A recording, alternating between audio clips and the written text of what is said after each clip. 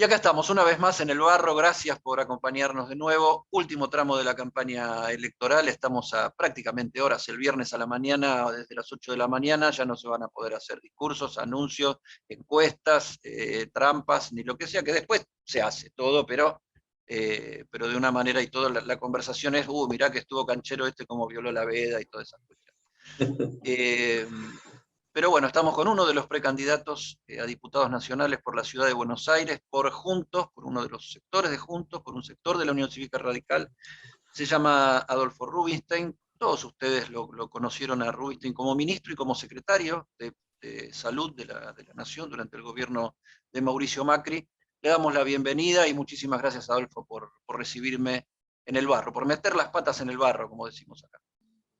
No, gracias a vos, Eddie, por la entrevista y, por supuesto, por hacerme meter en el barro. Creo que es una condición que todos tenemos que tener, saber cuándo tenemos que meternos en el barro. Empiezo por una casi simpática, diría. Me pareció creativa. Está bien la publicidad del perro del presidente, que nos metió el perro y que cuando los chicos no iban a la escuela tenía tantas visitas de su entrenador y peinador y qué sé yo, qué historia. ¿Quién hizo esa? ¿De quién fue la idea de ese spot? Fue idea del equipo nuestro de campaña, digamos, lo fuimos charlando un poco cuál era la idea de fundamentalmente jerarquizar la educación y a la vez también mostrar el contraste con lo que ocurrió durante la pandemia con las escuelas cerradas y con la foto, digamos, el video del presidente. Así que todo eso junto, Esteban Schmidt. Claro, porque el dato del asistente del perro de Dylan Bueno, por sale eso, de los registros de visitas a Olivo. absolutamente, y ahí esta fue una idea que se nos ocurrieron los creativos con los que estamos trabajando, Esteban Schmidt y el equipo de Martín Weintraub, y bueno, surgió ese spot que la verdad que fue muy original y muy ocurrente, y se entiende claramente cuál es el mensaje que queremos dar. ¿Y cómo te sentís vos, que no sos uno de los histriónicos de la política? Tu perfil ha sido más profesional, digamos, como ministro de Salud, como funcionario, y tus apariciones eran una cosa un poco más relajada, un poco más irónica, si se quiere. ¿Cómo te sentiste ahí? No, yo me sentí bien, me parece que uno tiene que también matizar un poco el perfil. Es cierto que mi perfil, si querés, es más tecnocrático, y yo no vengo de la política en sí misma, sino que toda mi carrera la hice en la medicina, en la salud pública, en la investigación o en la ciencia. Y por esa cosa de que de un día se alinean los astros, digamos, fui secretario de promoción y prevención en el Ministerio de Salud y luego ministro. También, digamos, porque obviamente siempre mi corazoncito fue radical, pero la verdad es que no tuve una historia de militancia en el radicalismo. Pero bueno, yo era el médico de familia de Jesús Rodríguez, a quien conocía. Cuando yo dejé la práctica clínica para dedicarme más a la investigación en salud pública, Jesús siguió siendo muy amigo mío y por vía de él lo conocía Ernesto Sanz. Te estoy hablando antes de, digamos, antes de Gualeguaychú. Y luego Totalmente. lo seguía Ernesto Sanz y bueno, después por esas cosas tuve la oportunidad digamos, de entrar al Ministerio de Salud, primero como secretario, después como ministro, y fue mi primera participación en la gestión pública, pues yo vengo del Hospital Italiano de Buenos Aires, me formé afuera, del Instituto de Investigación de Efectividad Clínica y Sanitaria, digamos, una trayectoria muy, muy académica. Pero estoy muy contento. Y luego, después la pandemia, me dio una oportunidad muy grande de visibilizarme, porque en realidad fui de algún modo, trabajé con los equipos técnicos del radicalismo en la Fundación ALEM, para marcar un poco, digamos, cuáles eran las cosas que acordábamos, las cosas que no acordábamos en la gestión de la pandemia y nuestras propuestas. Y a partir de allí, bueno, tomé más, te diría, más visibilidad en los medios y bueno, me hice un poquito más conocido. Ahora, ¿cuánto médico en campaña en esto, no? Y la pregunta tiene que ver con si al final termina dando prestigio haber estado relacionado de alguna manera, vinculado de alguna manera, aunque en tu caso no fue en la función pública, pero en la post-función pública, al frente de este tema, relacionado con este tema que nos conmovió tanto y nos sigue conmoviendo tanto a todos, y que fue tan discutido, ¿no? Este tema de los científicos, los no científicos, la dictadura de los científicos, esas cuestiones que desde la oposición se planteaban. Mira, La infectadura era, la la infectadura. El primer punto es que, digamos, la situación de la pandemia en sí fue inédita en la historia de la humanidad. O sea que en algún momento 2/3 de la humanidad estuvieran encerradas en cuarentena. No ocurrió jamás, jamás. Por lo que la voz de la salud pública, de alguien que estuviera versado en la medicina, en la cercanía, en la empatía, digamos, médico, sanitarista, obviamente tomó un estado y una relevancia que nunca había tenido, porque la pandemia, si algo hizo, entre otras cosas, es visibilizar y desnudar las enormes limitaciones y falencias de nuestro sistema de salud, y esto por primera vez escaló en la agenda social, en la agenda política, en la agenda gubernamental, con el impacto que tuvo, porque estábamos en pandemia, con lo cual la figura del médico, del sanitarista, tomó una especial relevancia, con lo cual no es sorprendente que muchos que no veníamos de la política, que no somos políticos profesionales, de golpe, y me estoy refiriendo al caso por ahí de Facundo Manes en la provincia, o el caso mío aquí en la ciudad, surgiéramos también como figuras que veníamos a desembarcar en la política, pero que para mí de algún modo implica también refrescar la política, renovarla un poco. Me parece que le hace bien a la política que venga gente de distintos campos y disciplinas. Y la salud hoy es una de las prioridades. Por eso yo encabezo la lista, no porque sea, digamos, Adolfo Rubinstein, sino porque creo que, digamos, en este momento, fuera de la inflación, la pobreza, el trabajo, la salud y la educación son prioridades que en este momento están muy, muy visibles en la agenda pública.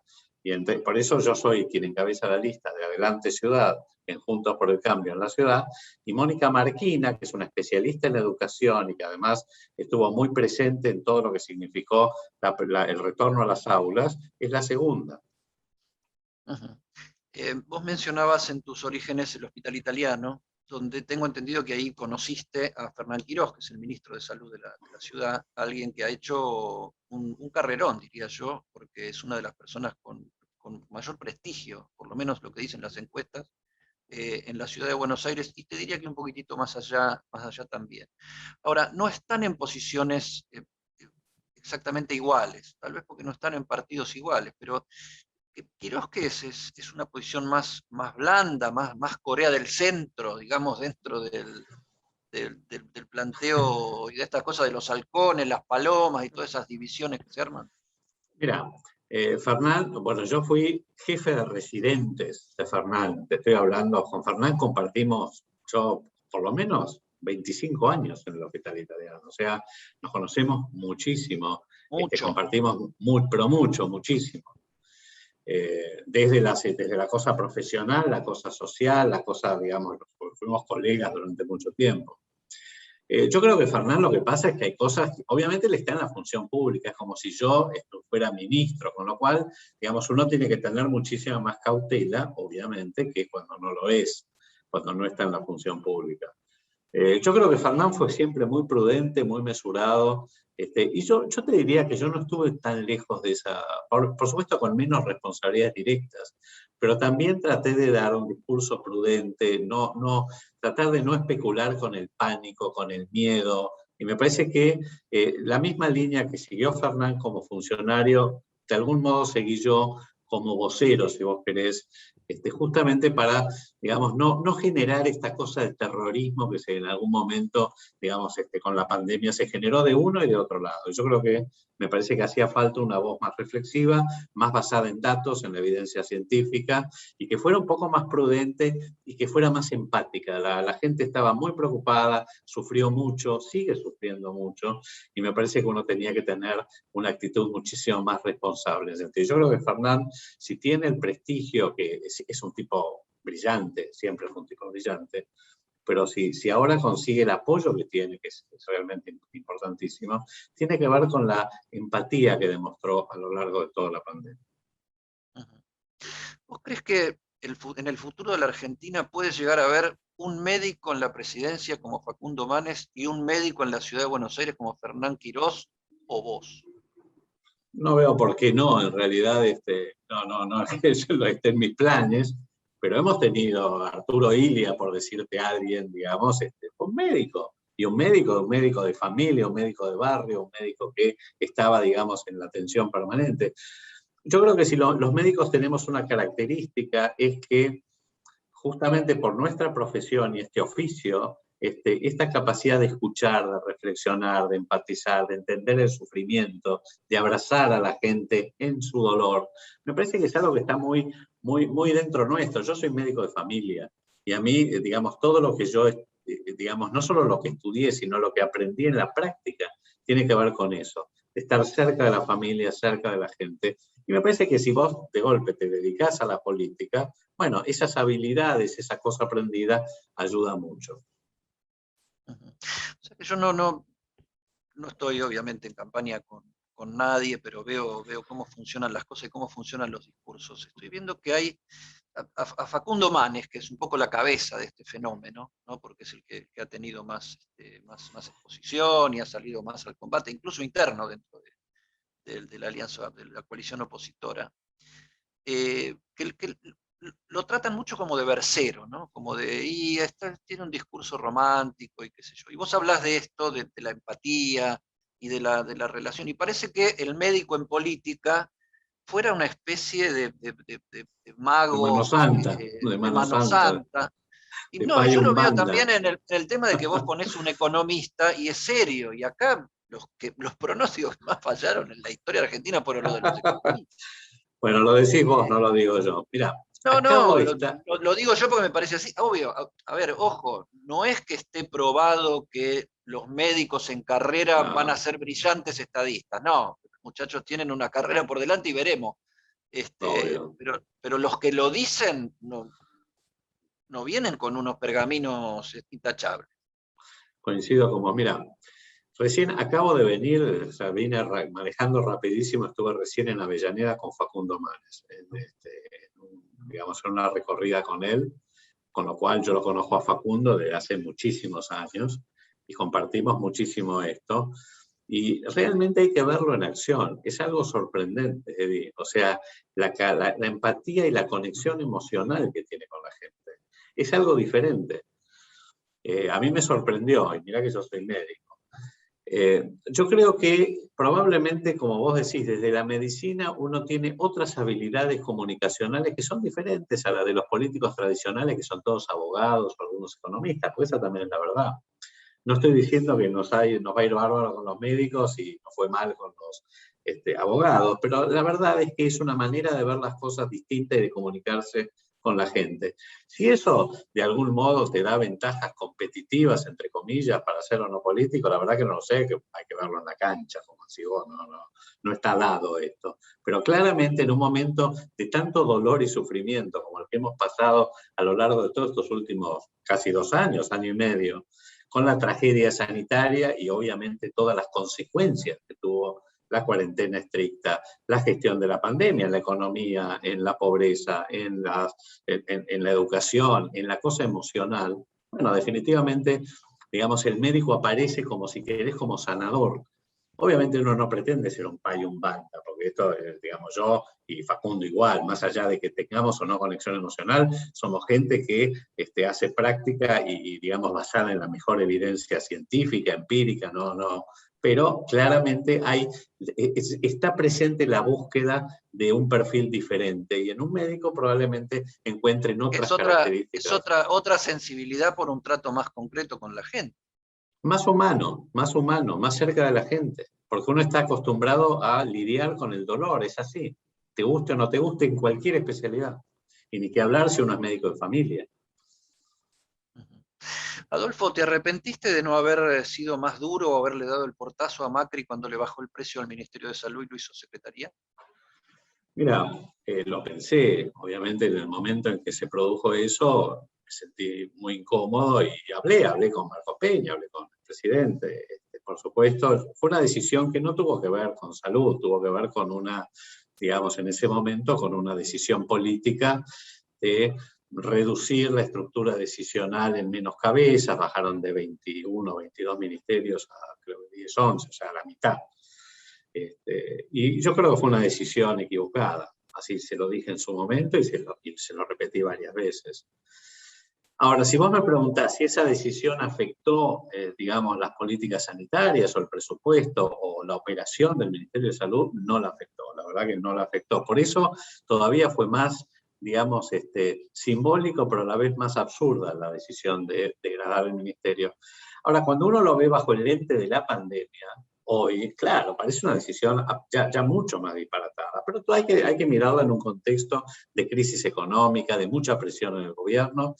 Y si bien yo pensé en renunciar en ese momento, finalmente tomé la decisión de no hacerlo. Me parecía que era muy irresponsable en ese momento irme. Yo tenía un equipo muy formado, un muy buen equipo, y estábamos haciendo y seguimos haciendo una muy buena gestión. Y en la medida que no se afectaran digamos, esas políticas, me pareció que no tenía sentido y que era irresponsable y muy perjudicial para el gobierno irme. Y decidí bancar los trapos. Y me quedé. Sí, lo planteaba también porque vos decías que es cierto, la pandemia nos sorprendió en muchísimos aspectos y nos puso sobre la mesa muchísimas flaquezas y muchísimas debilidades, y una de ellas era el sistema de salud, que a mí me parece que es parte de la chicana y de del cortoplacismo y de la discusión electoralista pura, el tema de decir fue Macri el que nos dejó un sistema de salud en esas condiciones. O sea, estas cosas no se construyen ni se edifican en una gestión, o sea, son parte de una estrategia más larga. Pero bueno, cada cual que pasa por ahí, supongo que tiene que asumir su propia responsabilidad en cuanto a qué hizo con el asunto. Pero Voy a déjame ir. que te dé un solo dato, digamos, más allá de que, digamos, el sistema de salud argentino es, si vos lo comparás con los sistemas de salud de la región, es un sistema de salud de los más robustos. De hecho, Un ejemplo que lo fue mucho más, pero sigue siendo.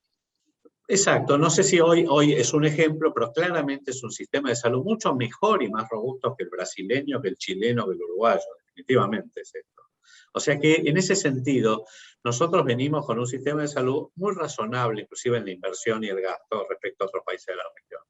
Lo que también, y la otra es que la salud, si bien el Ministerio tiene un rol coordinador, integrador, articulador, el Ministerio de Salud de la Nación, digamos, los efectores, los hospitales, los profesionales, las políticas están delegadas en las provincias. Está todo Entonces, decir descentralizado que desde Menem está descentralizado. exactamente, en realidad empezó en la dictadura, en el proceso militar, y terminó con Menem. Con lo cual decir que el sistema de salud, en realidad, las provincias son las que, digamos, definen el sistema de salud. Nación lo que hace es articular las políticas, los incentivos, pero el rol más importante lo tienen las provincias, y en algunas provincias como Buenos Aires o Córdoba, si querés, son los municipios. Coincido con lo que planteas como planteo general. Yo iba a esta cuestión, al largo plazo, a pensar en el largo plazo. Porque Argentina tiene un sistema, educativamente también, o sea, la Universidad de Buenos Aires sigue siendo entre las mejores o la mejor universidad de la región, pero bueno, todos sabemos cómo ha caído. Ha Quiere sufrido decir que, mucho. no, que teníamos una base muy sólida, muy Y, y, profesional, con, muy científica. y como esa Ahora, frase, digamos, de la base está. la base ¿Viste? está. La base está. Totalmente. Y es una base construida a lo largo de mucho tiempo. Por eso iba esto. Con las enseñanzas que dio la pandemia, yo los estoy escuchando a dirigentes de distintos espacios. Por ejemplo, Sergio Massa, por ejemplo, Horacio Rodríguez Larreta, que encima son amigos competitivos, planteando que después de las elecciones tiene que venir un proceso de diálogo a fondo para plantear discusiones estratégicas en serio en la Argentina. ¿Vos crees que eso lo hacen para diferenciarse? ¿Lo hacen para mostrar sus discursos competitivos como eventuales contendientes del 2023? ¿O crees que eso se está abriendo paso en serio en la política argentina? Mira, ojalá se esté abriendo paso en serio. Yo creo que están censando, digamos, la apatía, la bronca, el enojo de buena parte de la sociedad con la política. Y sobre todo por los resultados desastrosos que hemos venido arrastrando en las últimas décadas, pues esto no es solamente cosa ni del gobierno anterior ni del anterior del anterior, esto viene de arrastre desde hace varias décadas. Yo te diría que la última década que tuvimos, tal vez que podamos enorgullecernos en Argentina, es la década del 60, y hasta el golpe militar de Onganía, honestamente lo digo. Después empezamos a desbarrancar y pequeñas, digamos, fluctuaciones, pero siempre con la pendiente hacia abajo. Y yo creo que es el momento en el cual, esta es la segunda crisis después de la del 2001, fuerte, muy fuerte desde lo, no solamente es una cuestión de lo económico, lo social, lo sanitario, es una crisis estructural del país como tal, como proyecto de país. Entonces es hora de que empecemos a tratar de reflexionar sobre qué cosas podemos empezar a articular políticas de largo plazo. Y claramente me parece que más allá de que uno busque ahora en el Congreso un equilibrio de fuerzas, yo no estoy de acuerdo con el modelo de país que propone el kirchnerismo, pero aún así uno trata de lograr denominadores comunes que nos permitan comenzar a hablar, por ejemplo, de reforma sanitaria, ponernos de acuerdo en qué necesita el sistema de salud en el futuro, la educación, que es una tragedia mayúscula. Te van a decir que le haces el juego a Cristina Kirchner, porque ella propuso eso. Mira, yo te digo, me lo han preguntado, yo he dicho que seguramente estamos de acuerdo en el qué, por supuesto que no vamos a estar de acuerdo en el cómo. Nosotros creemos, yo tengo obviamente no, la reforma del sistema de salud o en la reforma educativa, los empujones, amenazas con proyectos, digamos, autoritarios y que no permitan reflexión y que no permitan diversidad, etcétera, son inviables en nuestro país. Pero ahora, si vos me preguntás, ¿hay que reformar el sistema de salud? Obvio, estamos gastando, fíjate vos, casi 10% del Producto Bruto Interno es la inversión y el gasto en salud, con resultados que están muy por debajo de lo que cabría esperar. Tenemos diferencias en mortalidad infantil, mortalidad materna, mortalidad por infarto, por enfermedad cardiovascular, de entre 3 y 5 veces entre las provincias más ricas y las provincias más pobres. Las obras sociales más ricas, las obras sociales más pobres. 70% de las obras sociales, que son el sistema más importante de cobertura sanitaria en la Argentina, cubre más del 60% de la población, 70% son inviables desde el punto de vista prestacional y financiero, y están sostenidas porque son cajas políticas de los sindicatos. Digamos, tenemos serios problemas con la sostenibilidad de las prepagas, de las clínicas y sanatorios privados que están en la lona, pero dan atención al 60% de los argentinos. El sistema público está atomizado digamos, en las diferentes provincias y municipios sin una clara estructura de articulación. Entonces, ¿que hay problemas? Hay problemas. ¿Cómo resolverlos? Bueno, yo creo que cada uno tiene que aportar lo que mejor puede. Nosotros seguramente tendremos, y tenemos de hecho, yo tengo enormes diferencias con el Instituto Patria o con la Cámpora sobre lo que hay que hacer. Pero en algún punto tenemos que empezar a consensuar y ponernos de acuerdo. Porque si no, no hay país, no va a haber futuro. Nos salimos un cachito del tema salud, porque bueno, hay elecciones, las elecciones son internas, son primarias abiertas y obligatorias, y simultáneas, y vos confrontás con una lista que tiene radicales. ¿Por qué no te representa el radicalismo de Lustó y Martín Tetaz? Mira, yo creo que la lista nuestra, digamos, la lista de María Eugenia Vidal ha sido fruto y producto de un arreglo político de Horacio Rodríguez Larreta, que decidió armar políticamente la cosa y adelantar la elección del 23 al 21. Y la lista es una lista fruto de ese arreglo, digamos. Es una suerte de loteo con los diferentes corrientes y espacios que integran Juntos por el Cambio, perdón.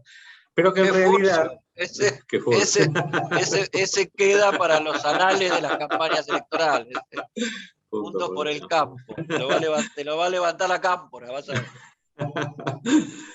De Juntos por el Cambio. Pero que la realidad es que, digamos, termina siendo una lista lavada, digamos, sin una propuesta nítida, clara. Yo creo que la imagen de María Eugenia Vidal está muy desdibujada, sobre todo porque esto, digamos, todo este armado político, de alguna manera significó muchísimo ruido, en lo que yo creo que es una interna del PRO. O sea, digamos, María Eugenia pasa de la provincia a la ciudad, Santilli pasa de la ciudad a la provincia, Pato Bullrich se tiene que bajar, y todo eso formó parte de una interna del PRO. En realidad, no son muchos radicales, y que además tenemos una visión más progresista, creemos que hay que tener queríamos tener una posición y una postura muchísimo más clara. Vos fíjate, vos tenés 3 listas hoy. Pero tenés la lista de María Eugenia Vidal, como que creo que es esto, que es una lista que es una mezcla rara de Musetta y de Mimí. ¿Sí? Donde hay radicales, es cierto, y muy buenos. Martín Tetaz es excelente, es un excelente candidato. Yo tengo muchísimo aprecio por él. Pero queda diluido en una lista donde hay de todo. Hasta hay un ex senador de Bussi en esa lista. Por el otro, y es un espacio que no termina de definirse y de dibujarse, digamos, una propuesta muy nítida.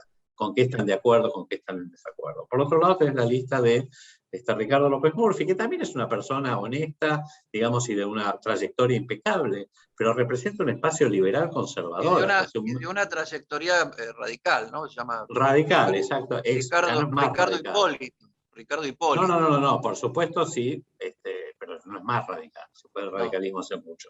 Y, digamos, estaba hasta hace un mes y medio peleando la interna con Expert y con Milei, de los libertarios.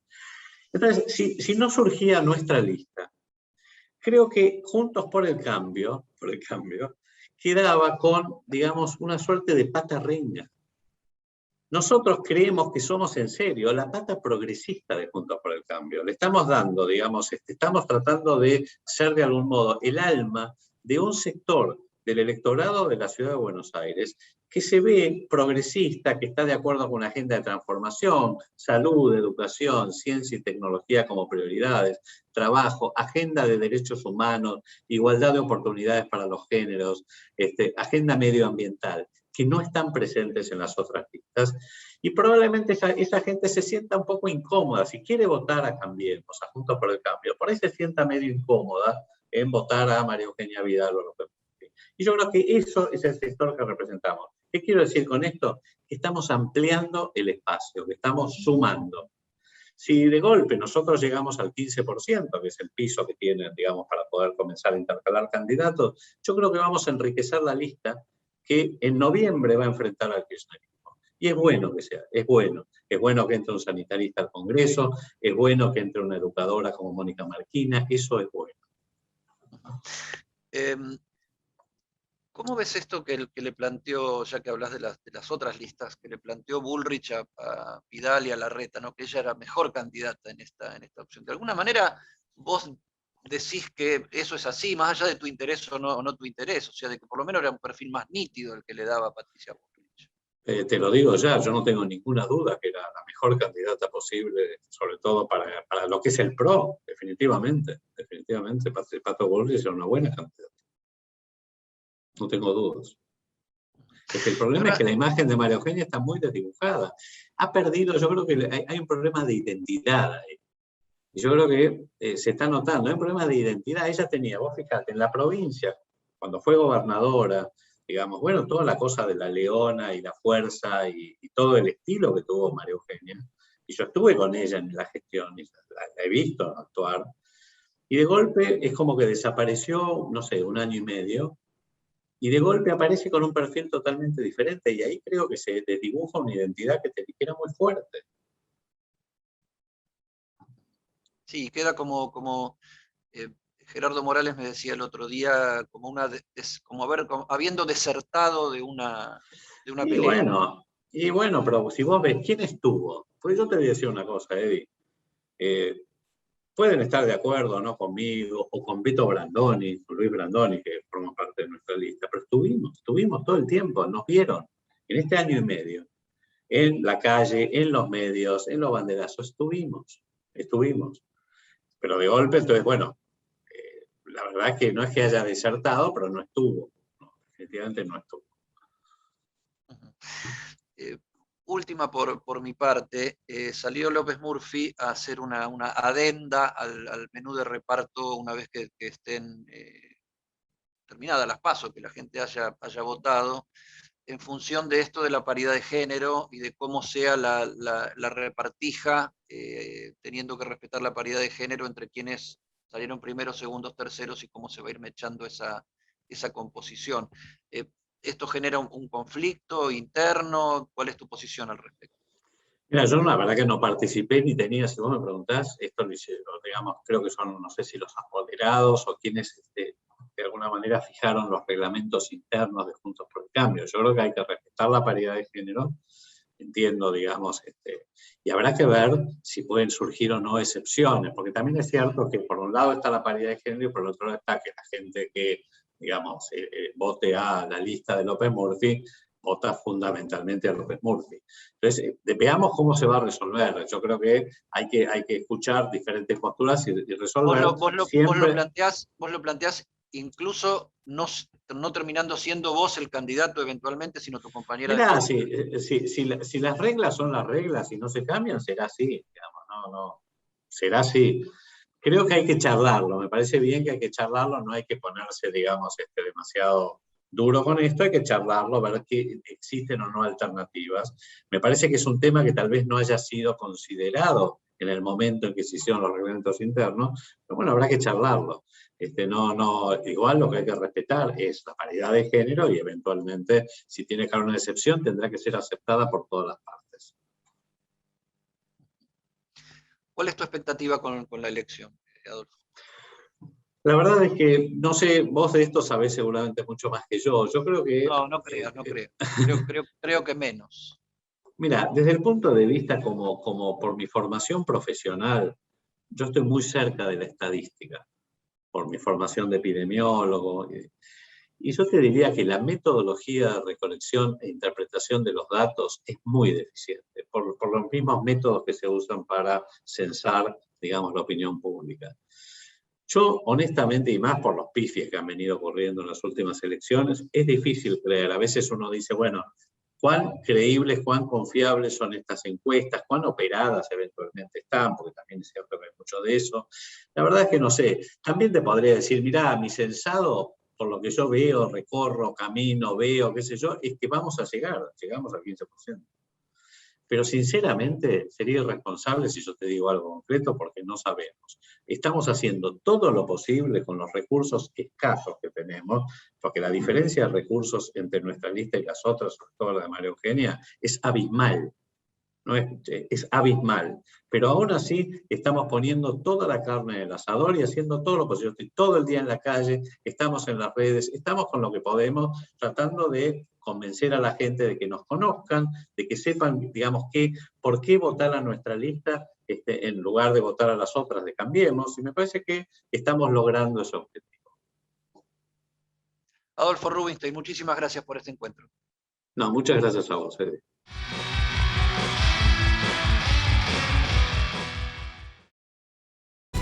En la Ciudad Autónoma de Buenos Aires, vivir mejor es ley. Legislatura de la Ciudad Autónoma de Buenos Aires.